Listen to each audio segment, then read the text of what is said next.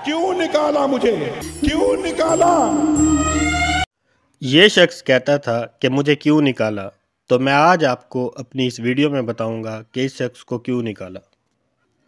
और आज पाकिस्तान में जो महंगाई, गुर्बत और बढ़ती हुई बेरोज़गारी है, इस सब की एक बहुत बड़ी वजह यही शख्स है। वैसे तो ये शख्स करप्शन, मनी लॉन्ड्रिंग और ऑफशोर कंपनियों का भी पावर रह चुका है, लेकिन अपनी आज की इस वीडियो में मैं आपको ये बताऊंगा कि किस तरह से पाकिस्तानी इस शख्स की गलत पॉलिसियों का नतीजा भुगत रहे हैं। 2013 में चाइनीज़ प्रेसिडेंट शी जिनपिंग ने बेल्ट एंड रोड इनिशिएटिव को बड़े ज़ोरों शोर से लॉन्च किया था और इस multi billion dollar land and maritime plan का एक एसेंशियल कंपोनेंट था चाइना पाकिस्तान इकोनॉमिक कॉरिडोर यानी सी पैक। सी पैक को उस वक्त पाकिस्तान की इकॉनमी के लिए गेम चेंजर समझा जा रहा था और पाकिस्तानी इंटेलिजेंसिया के मुताबिक ये समझा जा रहा था कि एक तरफ सी पैक की वजह से पाकिस्तान और चाइना के ताल्लुकात मज़ीद गहरे होंगे, तो वहीं दूसरी तरफ इस मेगा प्रोजेक्ट की वजह से पाकिस्तान की मईशत पूरी तरह से बदल जाएगी।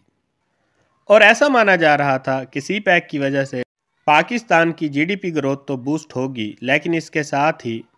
काफ़ी ज़्यादा जॉब अपॉर्चुनिटीज़ भी क्रिएट होंगी। लेकिन 2019 आते आते इस ख्वाब और सच्चाई के दरमियान फासला बढ़ने लगा और पाकिस्तान को एहसास होने लगा कि सी पैक पाकिस्तान को माशी तरक्की की बजाय इकोनॉमिक हार्डशिप्स की तरफ धकेल रहा है। और इसकी वजह थी नवाज शरीफ हुकूमत की गलत पॉलिसियाँ और गलत फैसले कि जिनकी वजह से बाद में सी पैक स्लो डाउन होता गया और 2019 में ऐसा लग रहा था कि अब सी पैक तकरीबन रुक चुका है और ऐसा महसूस हो रहा था कि अब सी पैक में कोई भी डेवलपमेंट नहीं हो रही,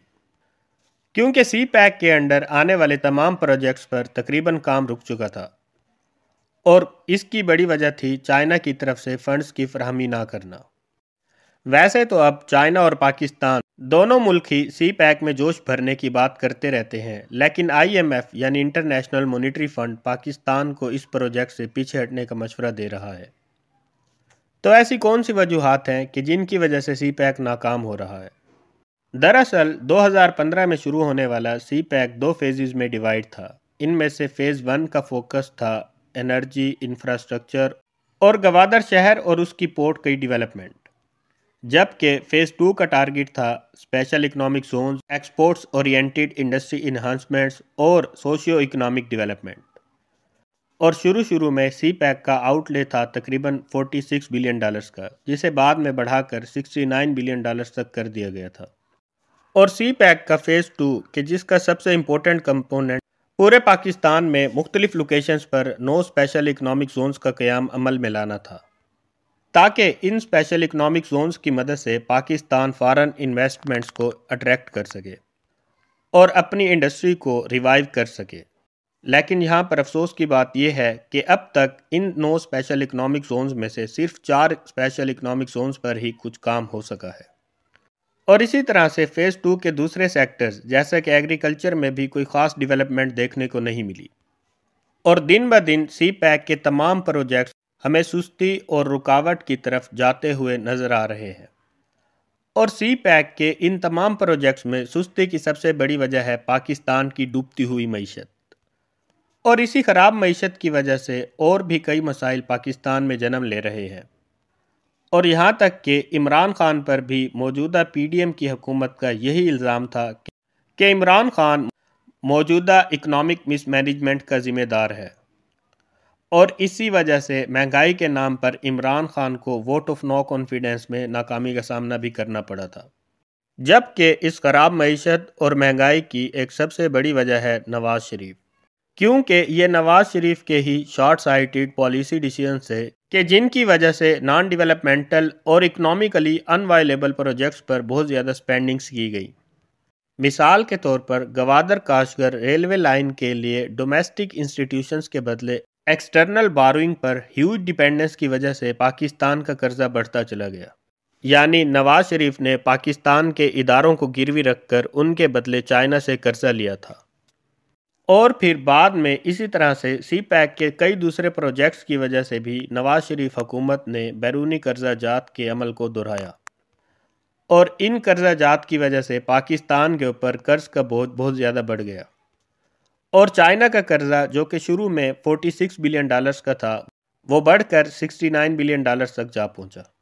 और 2015 से अब तक सी पैक में तकरीबन $69 बिलियन खर्च हो चुके हैं और इसी सी पैक की वजह से इस वक्त पाकिस्तान चाइना के तकरीबन $30 बिलियन का मकरूज हो चुका है।